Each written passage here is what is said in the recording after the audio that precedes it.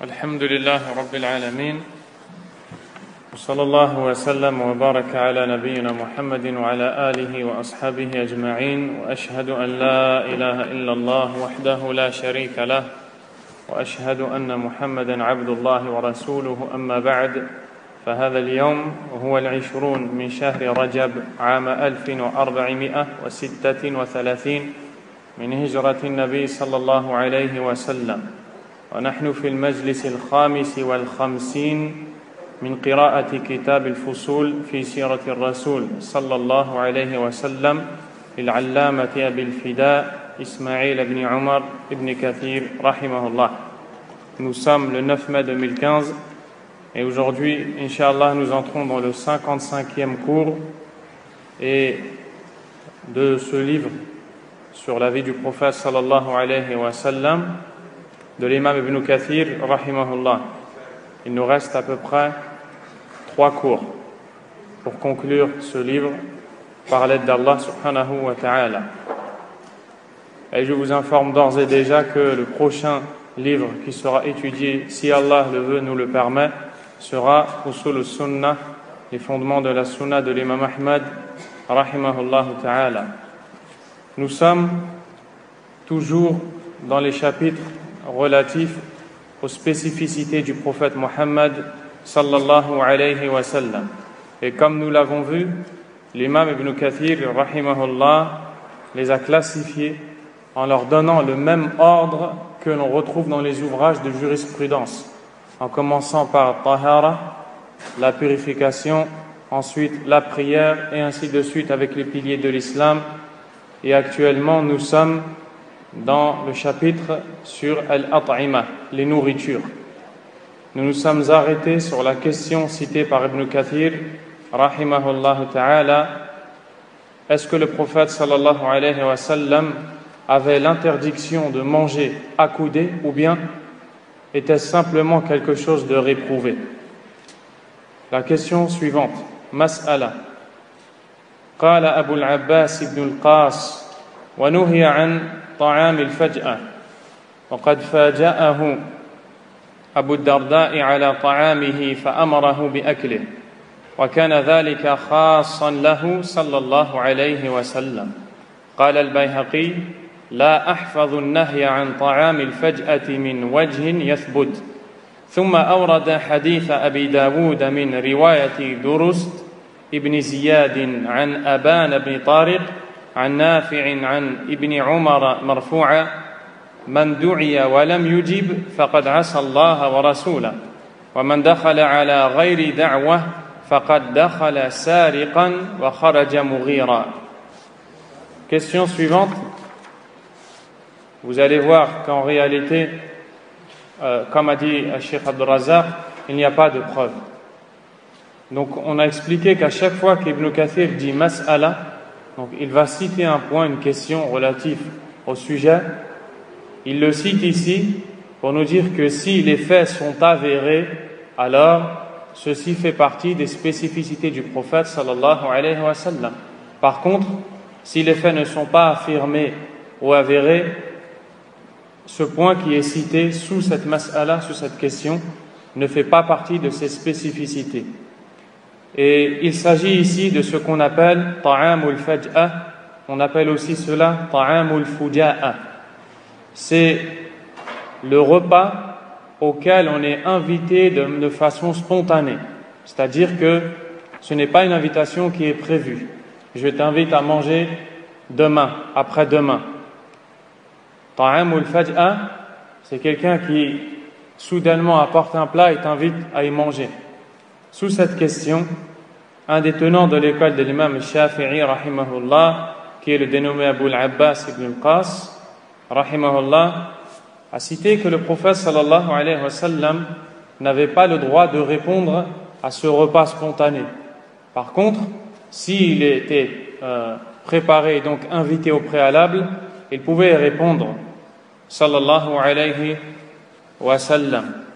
Et ils ont pris pour preuve cette histoire dans laquelle le compagnon Abu Darda radiyallahu anhu a soudainement apporté un plat et il a invité le prophète sallallahu alayhi wa sallam, mais le prophète sallallahu alayhi wa sallam lui a répondu mange ton plat, et lui ne l'a pas mangé sallallahu alayhi wa sallam. Puis il dit que ceci est une spécificité au prophète alayhi salatu wa sallam. Or, en réalité, les savants du hadith disent que ce récit n'a pas de chaîne de transmission qui permet de prouver son authenticité. Ainsi, le récit n'est pas à prendre en compte.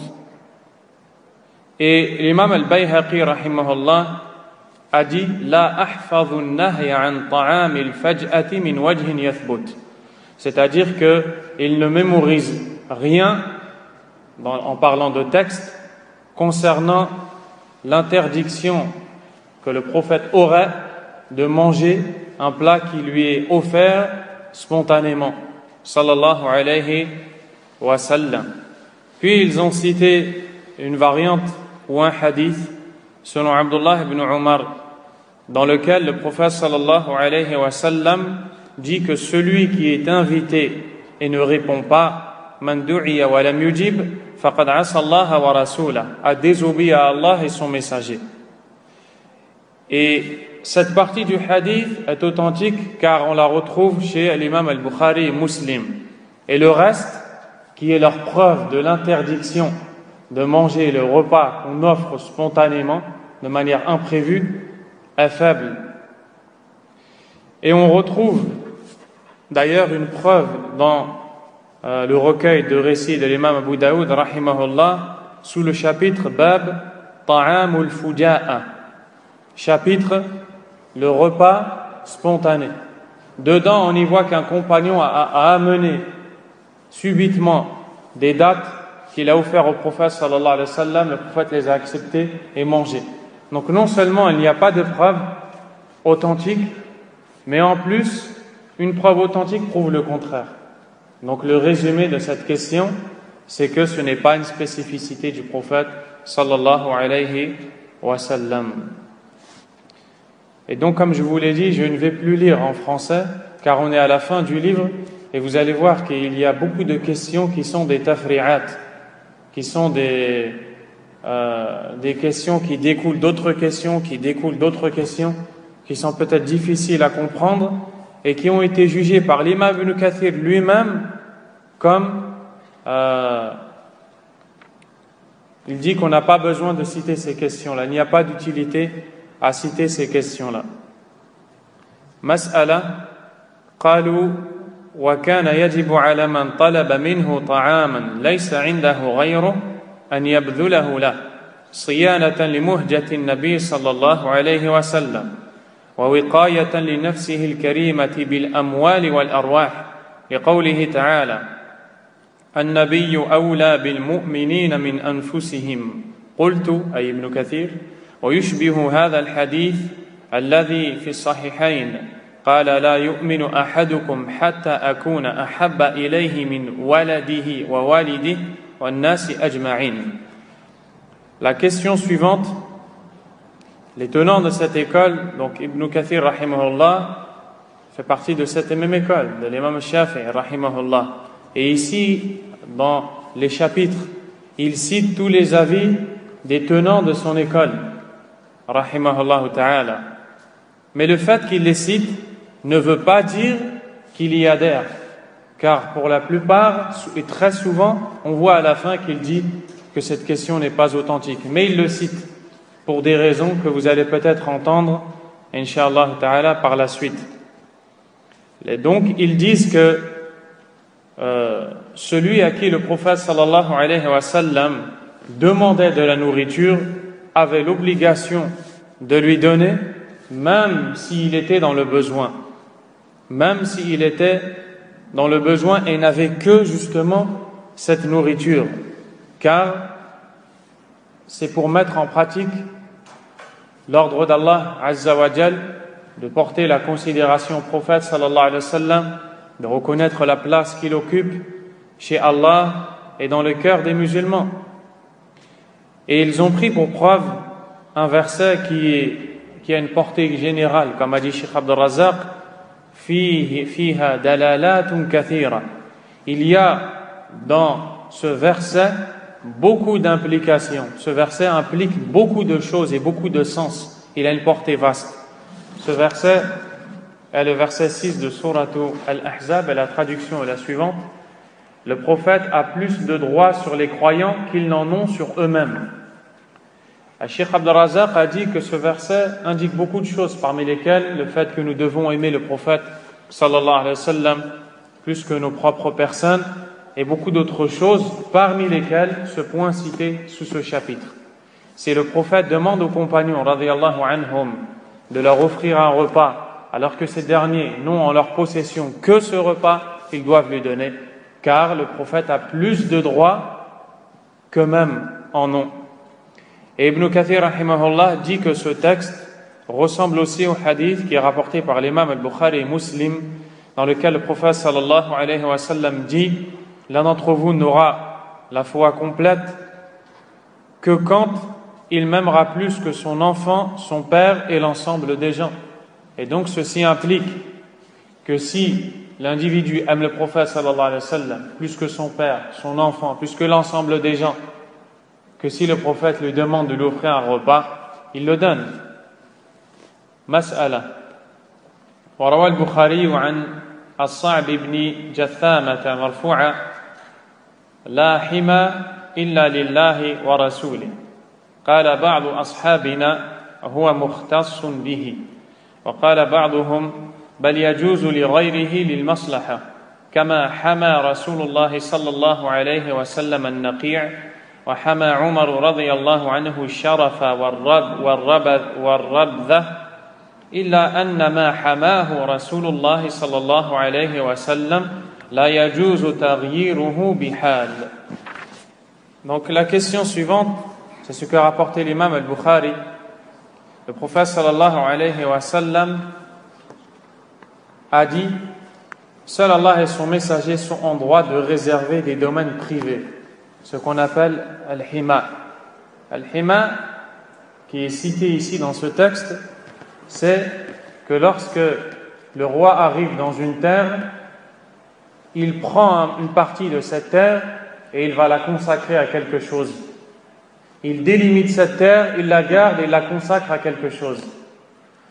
Ibn Kathir a cité sous ce chapitre ce point-là, dans lequel le prophète sallallahu alayhi wa sallam a dit ce que vous venez d'entendre: seul Allah et son messager sont en droit de se réserver des domaines privés, pour nous expliquer que c'est une spécificité.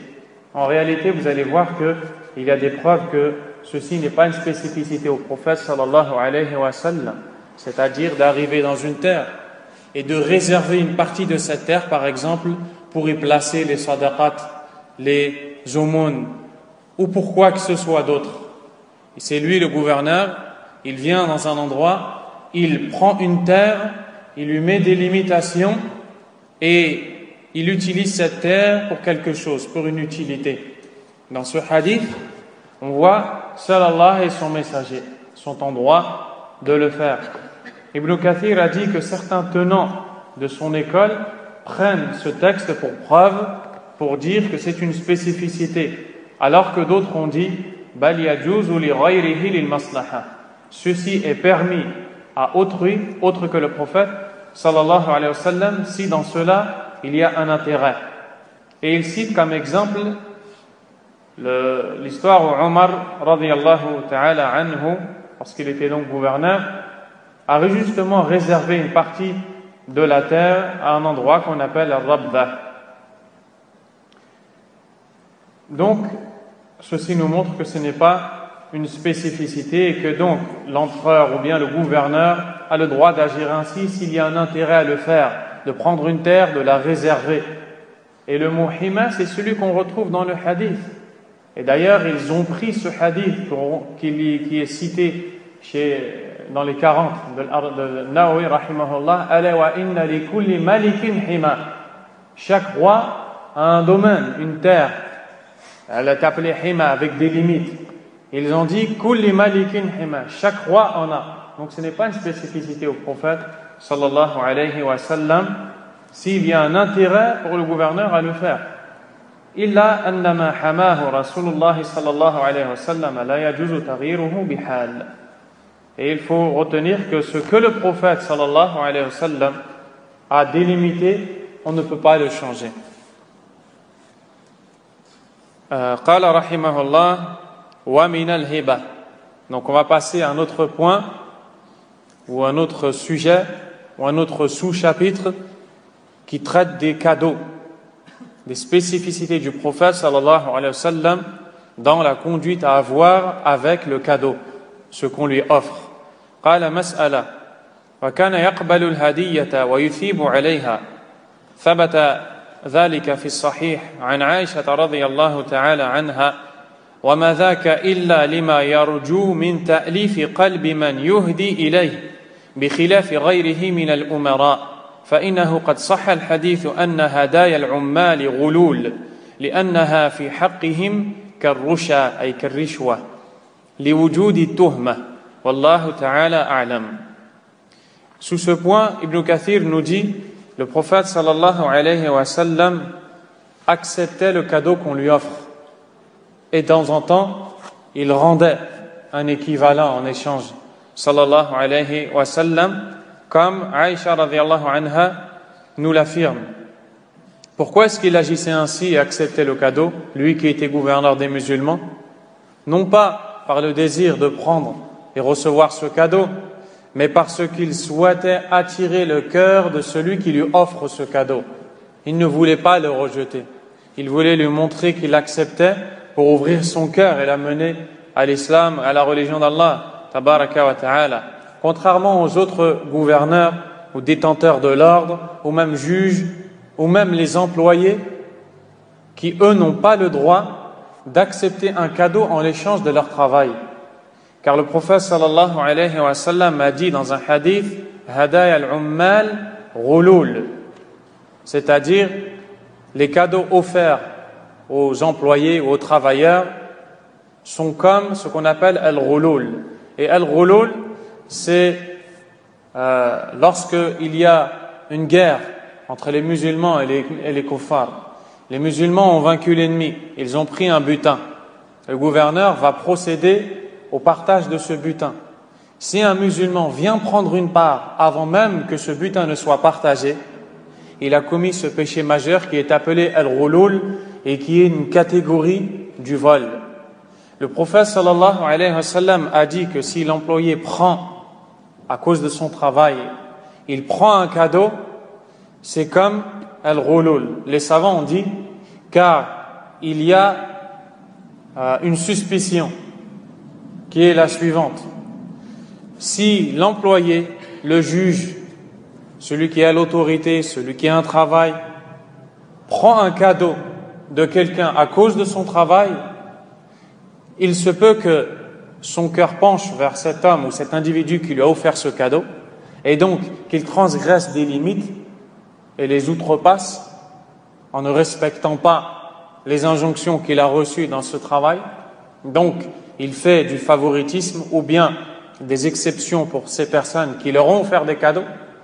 Deuxièmement, il y a une shubha, il y a une ambiguïté, on peut le suspecter s'il accepte ce cadeau.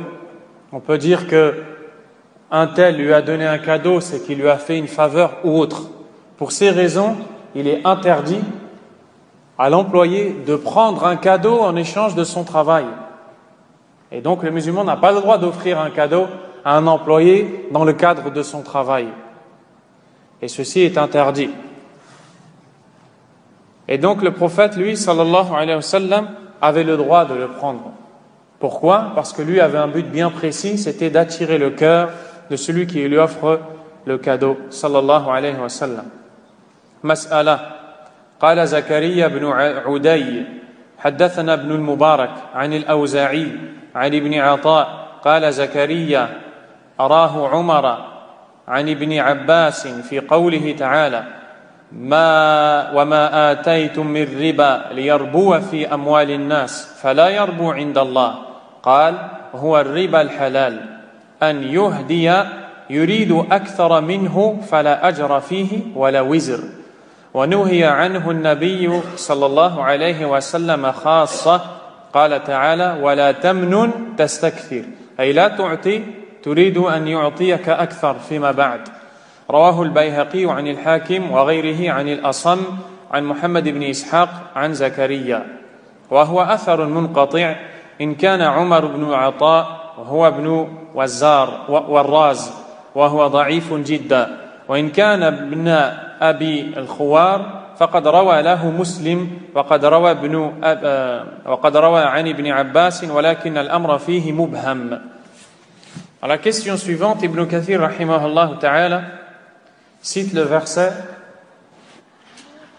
la parole d'Allah subhanahu wa ta'ala, pour la traduction est la suivante: tout ce que vous donnerez pour augmenter vos biens aux dépens des biens d'autrui ne les accroîtra pas auprès d'Allah.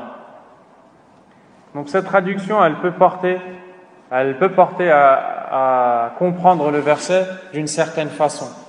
Quant à l'explication donnée par Abdullah ibn Abbas radiyallahu anhuma, elle est la suivante.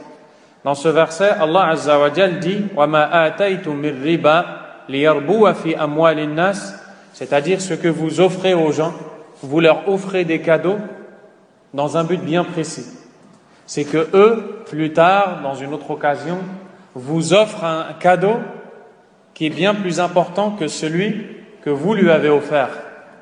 Cheikh Abdul Razzaq dit, c'est comme quelqu'un qui est pauvre, il connaît quelqu'un qui est riche, il lui offre un cadeau qui n'a pas forcément beaucoup de valeur.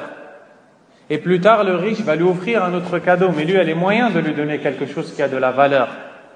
Chez Allah subhanahu wa ta'ala, ce n'est pas considéré comme riba, comme de l'intérêt. Fala yarbu indallah, la yu'tabaru riba indallah. Ceci n'est pas considéré chez Allah comme de l'intérêt.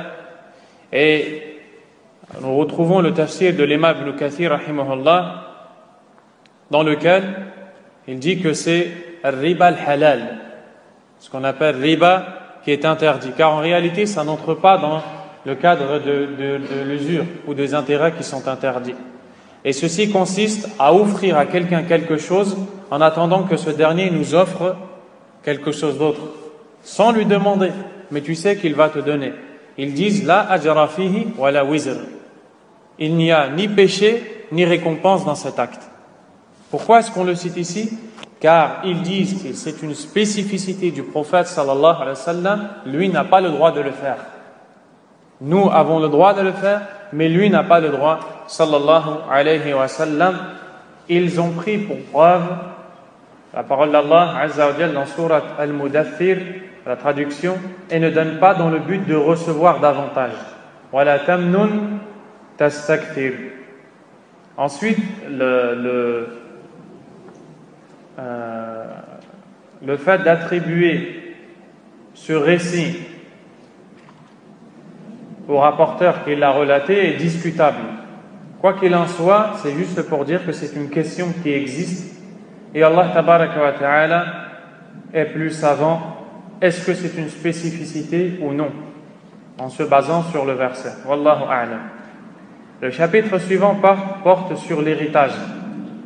قال ومن الفرائض مسألة وهو أنه صلى الله عليه وسلم لا يورث وأن ما تركه صدقة كما أخرجاه في الصحيحين عن أبي بكر رضي الله عنه أن فاطمة رضي الله عنها سألته ميراثها من أبيها فقال سمعت رسول الله صلى الله عليه وسلم يقول لا نورث ما تركنا صدقة إنما يأكل آل محمد في هذا المال وإني والله لا أغير شيئا من صدقة رسول الله صلى الله عليه وسلم عن حالها التي كانت عليه في عهده ولهما أي البخاري ومسلم عن أبي هريرة رضي الله عنه أن رسول الله صلى الله عليه وسلم قال لا يقتسم ورثتي دينارا ما تركت بعد نفقة نسائي ومؤنة عاملي فهو صدقة فقد أجمع على ذلك أهل الحل والعقد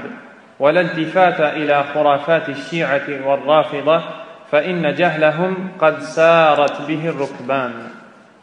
Le point suivant porte sur l'héritage et il est dit que, et d'ailleurs c'est rapporté de façon authentique, que le prophète sallallahu alayhi wa sallam ne laisse rien en héritage. Donc lorsqu'il meurt, s'il laisse des choses, ces choses ne doivent pas être héritées par ses descendants, sallallahu alayhi wa sallam.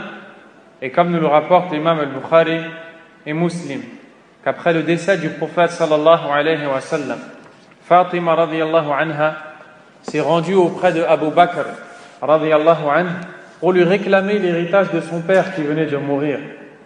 Abu Bakr radiyallahu anhu lui dit, le prophète sallallahu alayhi wa sallam a dit, nous autres, c'est-à-dire les prophètes, ne laissons rien en héritage. Ce que nous laissons sera une aumône. Les savants disent que Fatima radiyallahu anha n'a pas entendu ce hadith. Elle ne connaissait pas cet ordre et cette information. Donc elle est venue demander sa part en pensant qu'il n'y avait pas de spécificité par rapport à l'héritage du prophète sallallahu alayhi wa sallam, quand elle s'est aperçue que finalement le prophète avait dit sallallahu alayhi wa sallam qu'il ne laisserait rien en héritage. On le retrouve aussi dans le hadith de Abu Dharr, le long hadith, où le prophète sallallahu alayhi wa sallam dit wa innal anbiya'a lam yuwarrithu dinaran wala dirhama walakin warrathu al-ilm.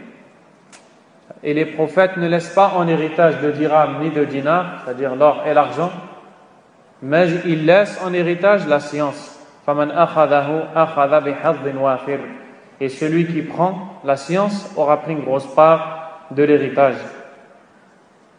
Donc, c'est une spécificité qui n'est pas propre au prophète sallallahu alayhi wa sallam, mais qui concerne tous les prophètes. À leur mort, on n'hérite pas d'eux. Ce qu'ils laissent, c'est une sadaqa, c'est une aumône dont les musulmans tireront profit. Aussi, le prophète sallallahu alayhi wa sallam a dit, mes héritiers ne partageront pas un seul dinar.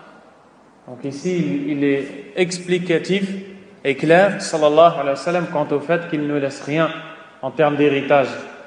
Et il dit, ce que j'ai laissé après la dépense pour mes épouses, elle sera une aumône. Et il dit, Ibn Kathir dit que nous ne devons pas prêter attention aux égarements des chiites, parmi Ar-Rafidah, qu'Allah Azza wa Jal les enlaidisse dans leurs paroles qu'ils ont dit par rapport à l'héritage et à la fille Fatima radiyallahu ta'ala anha. Et ainsi s'achève le chapitre concernant l'héritage. Le chapitre suivant porte sur les spécificités relatives aux règles du mariage. Kitab al-Nikah. وفيه عامة أحكام التخصيصات النبوية على صاحبها أفضل الصلاة والسلام ولنذكرها مرتبة على الأقسام التي ذكرها الأصحاب ليكون أخصر لها وأسهل تناولا. Premièrement, nous avons dit il y a quelques cours que les savants dans les ouvrages de jurisprudence très souvent citent les spécificités du prophète sallallahu alayhi wa sallam dans ce chapitre-là, dans les chapitres sur un-nikah, les chapitres sur les règles relatives au mariage. Pourquoi? On a dit qu'ils agissent ainsi car la plupart des spécificités du prophète sallallahu alayhi wa sallam ont une relation avec les règles de mariage. Donc qu'est-ce qu'ils ont fait? Dans les chapitres sur le mariage, ils ont cité d'abord les spécificités relatives au mariage, et puisqu'ils sont en train de parler des spécificités, ils ont ajouté les autres. C'est pour ça que dans les ouvrages de fiqh, lorsque tu ouvres Kitab al-Nikah, le chapitre du mariage, tu vois ces spécificités du mariage, et ensuite tu vois d'autres. Tu pourrais te dire, mais quels sont le rapport, ou quel est le rapport avec le mariage? La réponse, c'est que, étant donné qu'ils ont parlé de ce qui est spécifique au prophète, sallallahu alayhi wa sallam, ils ont continué et ont cité les autres spécificités. Et c'est pour ça que Ibn Kathir a dit qu'il se trouve, ou il s'y trouve, c'est-à-dire dans ce chapitre, la plupart des spécificités du prophète sallallahu alayhi wa sallam. Il va les citer selon l'ordre qui a déjà été cité plus loin, qui est le suivant. Premièrement, donc il y a 4 catégories. Premièrement, ma wajaba alayhi duna ghayri, ce qui lui est obligatoire à lui seul. Deuxièmement, ma haruma alayhi min an-nikah duna ghayri, ce qui lui est interdit à lui seul. Troisièmement, ma ubiha lahu min an-nikah duna ghayri, ce qui lui est permis dans le mariage à lui seul. Quatrièmement, ma khtussa bihi min al-fada'ili duna ghayri, les mérites qu'il a dans ce sujet-là en dehors de lui, sallallahu alayhi wa sallam. La première chose citée, mas'ala, amarahu Allah ta'ala bitakhyiri azwajihi, faqala ta'ala, ya ayyuha an-nabiy qul li azwajika in kuntunna turidna al-hayata ad-dunya wa zinataha fata'alayna umatti'kunna wa usarrihkunna sarahan jamila wa in kuntunna turidna Allah wa rasulahu wad-dar al-akhirah فإن الله أعد للمحسنات منكن أجرا عظيما وقد أخرجاه في الصحيحين عن عائشة رضي الله عنها ذكر هذا التخيير وأن الله أمره بذلك واختلف الأصحاب هل كان ذلك واجبا عليه أو مستحبا على وجهين صحح النووي وغيره الوجوب. طيب. Donc le premier point concernant le mariage est la parole d'Allah tabaraka wa ta'ala. La traduction: ô toi le prophète, dis à tes épouses, si c'est la vie présente que vous désirez sa parure, alors venez, je vous donnerai les moyens d'en jouir et vous libérerai sans vous porter préjudice. Mais si c'est Allah et son messager que vous voulez, ainsi que la demeure dernière, alors sachez qu'Allah a préparé aux vertueuses parmi vous une immense récompense. Dans ce verset qu'on appelle Ayatul Takhyir, le verset qui ordonne au prophète sallallahu alayhi wa sallam de laisser le choix à ses épouses entre rester avec le prophète sallallahu alayhi wa sallam et endurer dans la difficulté, dans la pauvreté, ou bien que le prophète les quitte, les laisse partir et alors elles choisissent cette dunya et sa parure. Et bien entendu, les épouses du prophète sallallahu alayhi wa sallam n'ont pas hésité, elles ont toutes choisi de rester endurées avec le prophète sallallahu alayhi wa sallam, et le récit est rapporté par l'imam al-Bukhari et Muslim. Et d'ailleurs, pour montrer la soumission que le prophète avait devant les ordres d'Allah subhanahu wa ta'ala, la première épouse à qui il s'est adressé, c'est Aïcha radhiyallahu anha, son épouse préférée, celle qu'il aimait le plus. Allah azza wa jal a dit au prophète sallallahu alayhi wa sallam de dire à ses épouses que si c'est le bas monde et sa parure qu'elles veulent, alors il est prêt à les laisser partir. Il est prêt à les laisser partir et elles vivront dans ce bas monde. Par contre, si elles veulent endurer et préfèrent Allah et Dar al-Akhirah, la demeure dernière, alors elles endurent. Aïcha a été interrogée par le prophète sallallahu alayhi wa sallam. Le prophète sallallahu alayhi wa sallam lui a même dit que si elle veut, elle peut prendre du temps et aller consulter ses parents.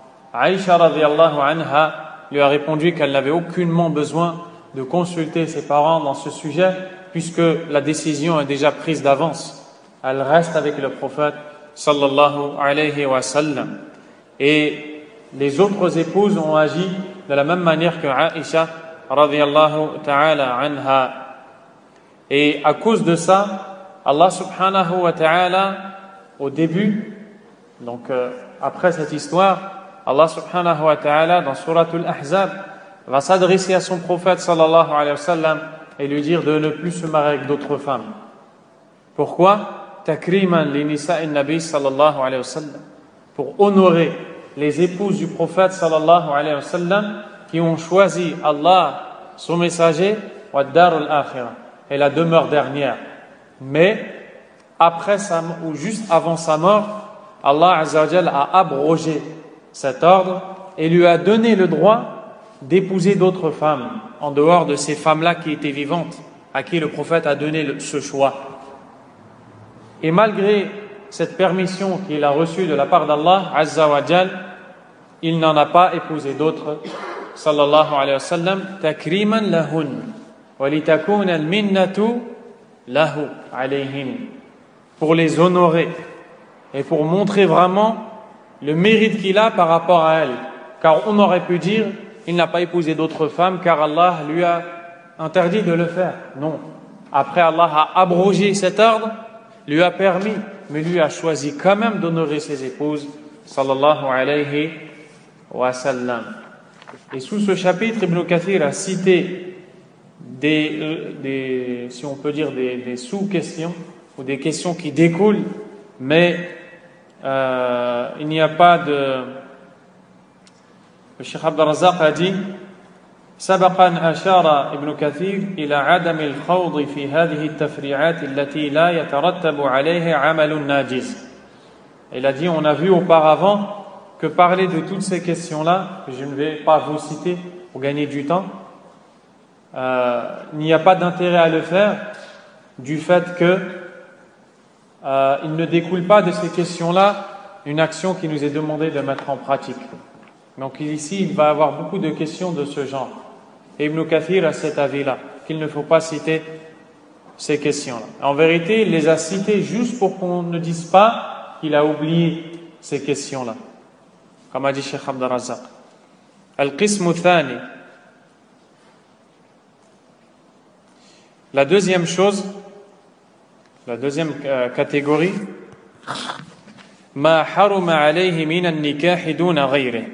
Ce qui lui est interdit en termes de mariage ou de règles relatives au mariage en dehors de lui, sallallahu alayhi wa sallam. قالوا كان يحرم عليه إمساك من اختارت فراقه على الصحيح بخلاف غيره ممن يخير امرأته فإنها لو اختارت فراقه لما وجب عليه فراقها والله تعالى أعلم. وقال بعضهم بل كان يفارقها تكرما ولكن قالوا الأولى ألا تذكر هذه المسائل. Donc ici il y a une question qui est citée, mais c'est pareil. Cheikh Abd al-Razzaq a dit que al-awla. Cheikh Abd al-Razzaq a dit que le meilleur était de ne pas citer ces questions car il ne découle pas de choses qui nous sont demandées de faire ou de mettre en pratique. Donc, on va passer cette question, Inch'Allah ta'ala. Mas'ala. هل كان يحل له نكاح الكتابية على وجهين صحح النووي الحرمة وهو اختيار ابن سريج والإسطخري وأبي حامد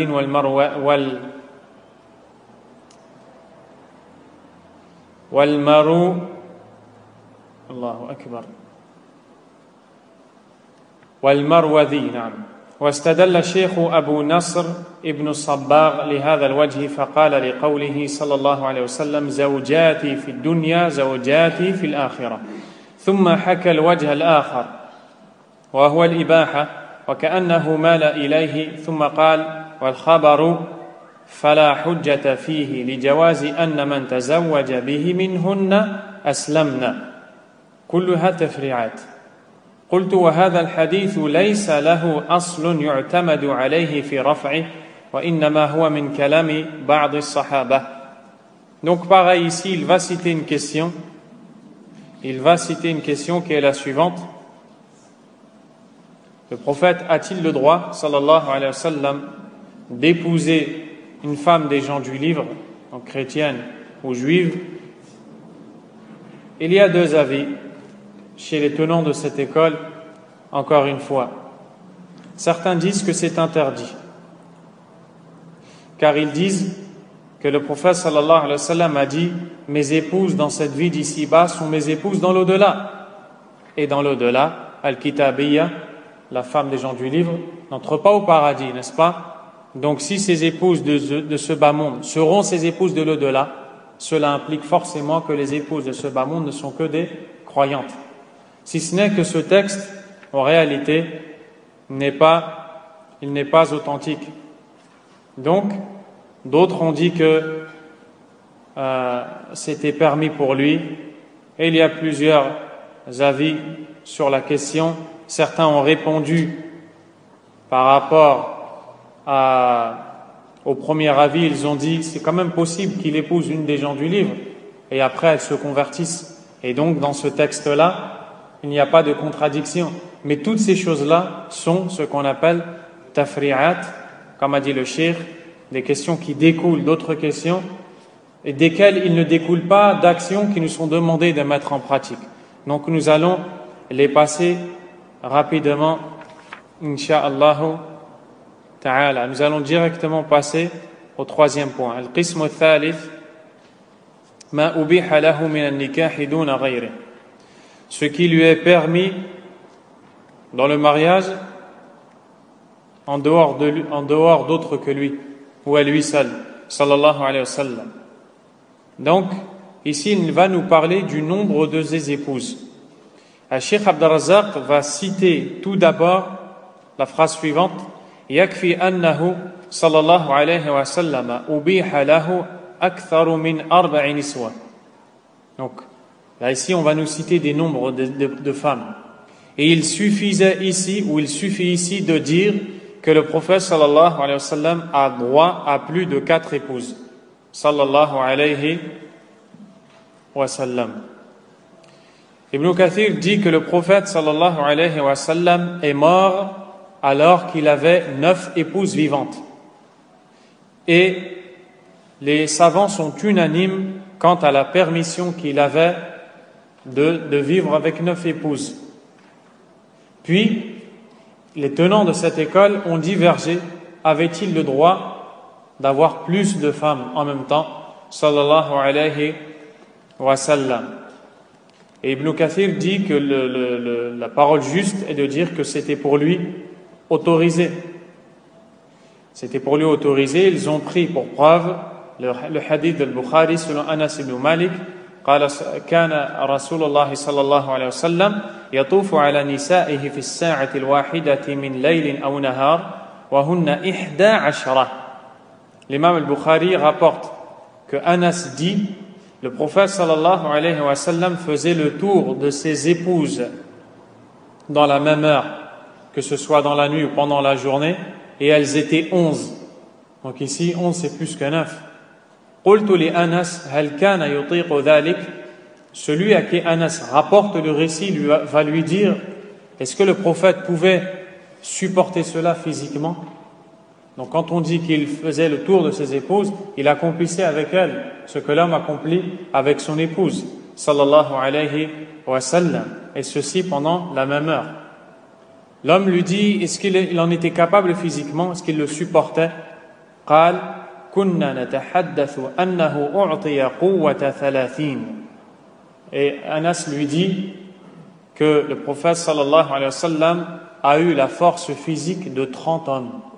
Allahu Akbar. Sallallahu alayhi wa sallam. Al-Bukhari a rapporté aussi selon Anas وفيه 9. وقال أنس تزوج صلى الله عليه وسلم 15 امرأة ودخل ب13 واجتمع عنده 11 ومات عن 9. Anas a dit: le prophète sallallahu alayhi wa sallam a épousé 15 femmes, a eu des rapports avec 13 d'entre elles, a réuni de son vivant 11. Donc quand on dit 15 femmes, certaines étaient mortes et d'autres sont venues après, mais de son vivant il en a réuni 11. Et quand il est mort, il en avait 9. Sallallahu alayhi wa sallam. طيب. On va passer à la question suivante. قالوا وكان يصح عقده بلفظ الهبة لقوله تعالى إن وهبت نفسها للنبي إن أراد النبي أن يستنكحها خالصة لك من دون المؤمنين وإذا عقده بلفظ الهبة فلا مهر بالعقد ولا بالدخول بخلاف غيره وهل كان ينحصر. طيب. Donc la question suivante c'est que le prophète sallallahu alayhi wa sallam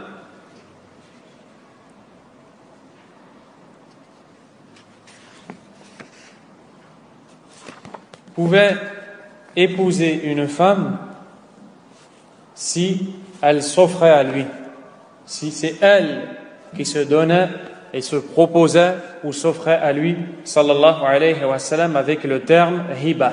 Hiba, c'est le don, de s'offrir. Et dans ce cas, les règles étaient différentes de celles du mariage. Il n'y avait pas, par exemple, de dot. Il ne devait pas donner de dot. Et ça, c'est une spécificité au prophète, sallallahu alayhi wa sallam. Et la preuve est la parole d'Allah, tabaraka wa ta'ala, c'est la traduction. Si elle fait don de sa personne au prophète, et si le prophète consent à l'épouser, c'est là un privilège pour toi, à l'exclusion des autres croyants. Donc ici, le texte est clair. Si une femme vient s'offrir au prophète, sallallahu alayhi wa sallam, et elle dit qu'elle se donne à lui, sallallahu alayhi wa sallam, il peut l'épouser, mais les règles sont différentes. Il n'y a pas de dot, et c'est une spécificité à lui, sallallahu alayhi wa sallam. Ensuite, il a cité deux autres questions qui sont toutes ces questions encore qui découlent d'autres questions, mais nous allons passer au point suivant directement.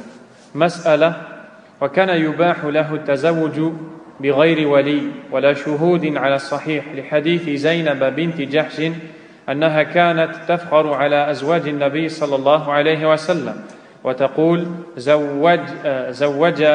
زوجكهن أهلكن وزوجني الله فوق 7 سماوات رواه البخاري. Donc la question suivante, le prophète avait le droit, sallallahu alayhi wa sallam, parfois il a reçu le droit, du moins, d'épouser son tuteur, alors que lui-même, sallallahu alayhi wa sallam, dit qu'il n'y a aucun mariage valide s'il est fait sans le tuteur de la femme. Mais pourtant, lui-même a épousé son épouse Zaynab, radiyallahu anha, son tuteur. Ceci car Allah a dit « Zawwajanakaha » falamma qada Zaydun minha watara zawwajanakaha. Donc, cette femme, Zaynab, était l'épouse de Zayd ibn Haritha radiyallahu anhu. Puis ils se sont séparés. Et le prophète sallallahu alayhi wa sallam, Allah va lui dire, on te l'a donné en mariage. Dès que ce verset a été révélé, il est allé voir Zaynab et a eu des rapports avec elle. Et puis Zaynab radiyallahu anha se vantait devant ses co-épouses et elle disait, vous avez été mariés par vos tuteurs, quant à moi c'est Allah qui m'a marié au prophète au-dessus des cieux, subhanahu wa ta'ala. Mas'ala, la question suivante, donc on va essayer d'être un peu plus rapide. La question suivante, هل كان يباح له الزواج في الإحرام على وجهين? Avait-il le droit d'épouser alors qu'il était en sacralisation? Donc l'état dans lequel est le pèlerin et pendant lequel certaines choses lui sont interdites, parmi lesquelles demander la main, épouser et avoir des rapports avec son épouse. Est-ce que lui avait le droit, malgré cette interdiction aux musulmans, d'épouser, et donc c'était une spécificité à lui ou non? Il y a deux paroles dans ce sujet. Certains disent que c'était une interdiction, car la généralité du hadith où le prophète sallallahu alayhi wa sallam a dit la yankihul muhrimu wa la yunkahu wa la yakhtibu, c'est-à-dire celui qui est en état de sacralité ne doit épouser, on ne lui donne pas une femme à épouser et n'a pas le droit de venir demander la main d'une femme. Donc ils ont pris ce texte pour dire que c'est interdit. D'autres ont dit que c'est permis et ont cité le hadith d'Ibn Abbas chez Al-Bukhari et Muslim annahu sallallahu alayhi wa sallam tazawwaja maymunata wa huwa muhrim. Ibn Abbas dit le prophète sallallahu alayhi wa sallam a épousé Maymuna alors qu'il était muhrim, en état de sacralité. Et alors on trouve dans le recueil de récits de Muslim que Maymuna elle-même dit que le prophète sallallahu alayhi wa sallam l'a épousée alors qu'elle était halal, c'est-à-dire elle n'était pas en sacralité. Et Ibn Kathir a dit وَصَاحِبُ الْقِصَّةِ أَعْلَمُ بِهَا مِنَ الْغَيْرِ وَاللَّهُ أَعْلَمُ. Et l'individu concerné dans le récit est plus savant de sa situation qu'autre. Et ici, Ibn Abbas nous dit que le prophète l'a épousée alors qu'elle était ou qu'il était en ihram. Elle-même nous dit que le prophète l'a épousée alors qu'il n'était pas en ihram. Et la personne qui est concernée est plus à même de savoir sa situation. Donc c'est pour ça que le Cheikh Abdul Razzaq a dit, ce n'était pas une spécificité, le prophète n'a pas épousé en ihram et n'avait pas le droit d'épouser. La question suivante, ils disent que si le prophète sallallahu alayhi wa sallam avait l'envie de demander la main d'une femme, s'il avait l'envie de demander la main d'une femme, les compagnons n'avaient pas le droit de demander la main de cette dernière, même si lui ne l'avait pas encore fait. Et pour preuve, ils ont pris l'histoire de Hafsa, la fille de Omar, radiyallahu ta'ala anha. Omar a proposé sa fille à Uthman ibn Affan, radiyallahu anhu. Uthman a refusé. Il l'a proposé à Abu Bakr, radiyallahu anhu. Abu Bakr a refusé. Le prophète sallallahu alayhi wa sallam lui a demandé la main de sa fille. Il l'a épousée et plus tard, Abu Bakr va dire, la seule chose qui m'a fait refuser, c'est que je savais que le prophète sallallahu alayhi wa sallam désirait la demander. Donc ils ont pris ce récit pour dire que si le prophète désire épouser une femme, les compagnons ne demandent pas la main de cette dernière. La question suivante, était-il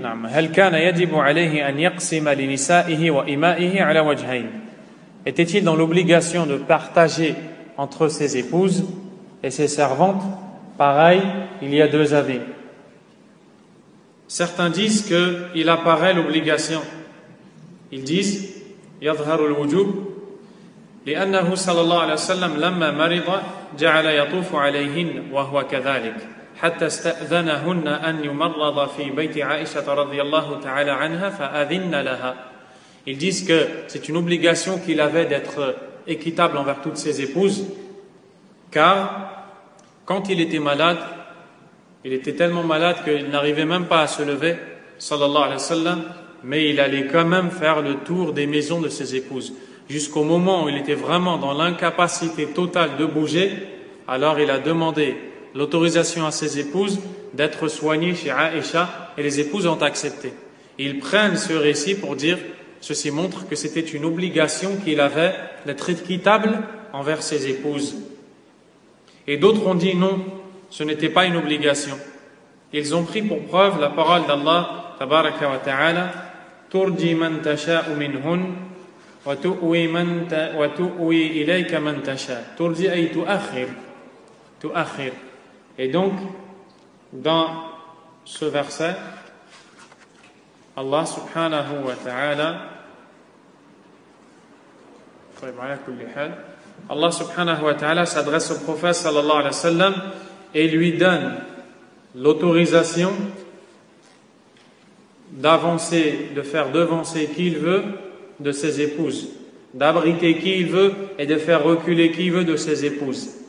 Si on revient au tafsir d'Ibn Kathir ou autres, on verra que certains parmi les savants ont dit qu'ici, c'est une preuve qu'il n'avait pas l'obligation d'être équitable envers ses épouses et que c'était une spécificité pour lui, sallallahu alayhi wa sallam. Ibn Kathir lui-même va dire وَهَذَا كُلُّهُ تَفْرِيعٌ عَلَى أَنَّ تَزْوِيجَهُ هَلْ هُوَ بِمَنْزِلَةِ التَّسَرِّي في حقنا أم لا على وجهين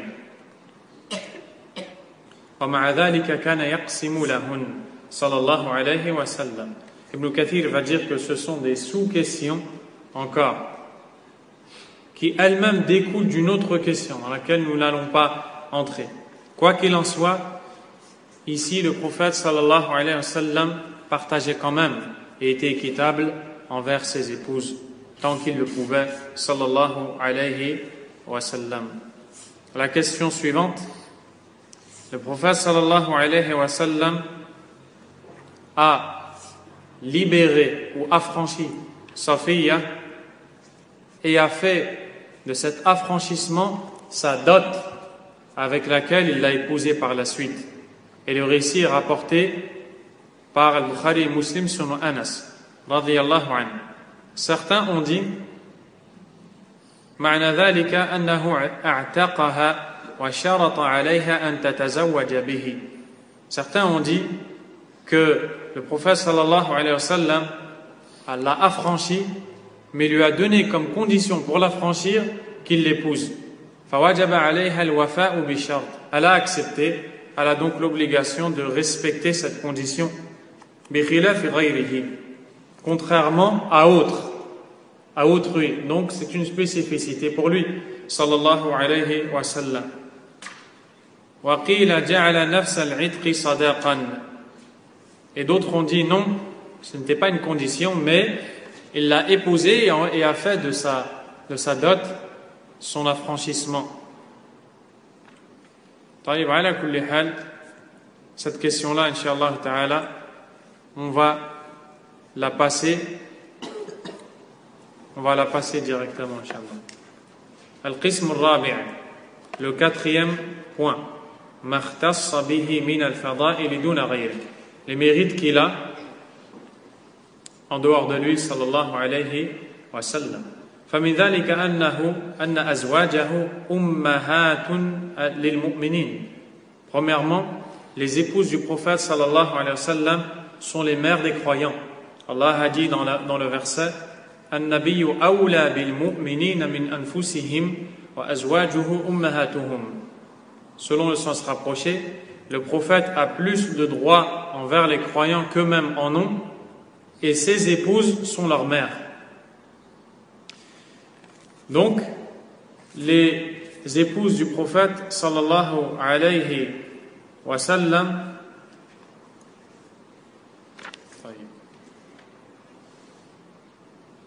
sont les mères des croyants. ومعنى هذه الأموة, et le sens de cette maternité, الاحترام والطاعة وتحريم العقوق ووجوب التعظيم لا في تحريم بناتهن وجواز الخلوة بهن ولا تنتشر الحرمة إلى من عداهن. Donc le sens ici c'est le respect, l'obéissance, l'interdiction de désobéir aux épouses du prophète sallallahu alayhi wa sallam, l'obligation de les respecter, de leur porter la grande considération. Mais ce n'est pas une interdiction d'épouser leur fille, car leur fille, on pourrait comprendre que comme les épouses du prophète sont les mères des croyants, les filles des épouses du prophète sont les sœurs des croyants, donc il est interdit aux croyants de les épouser. Non, ce n'est pas ça qu'il faut comprendre.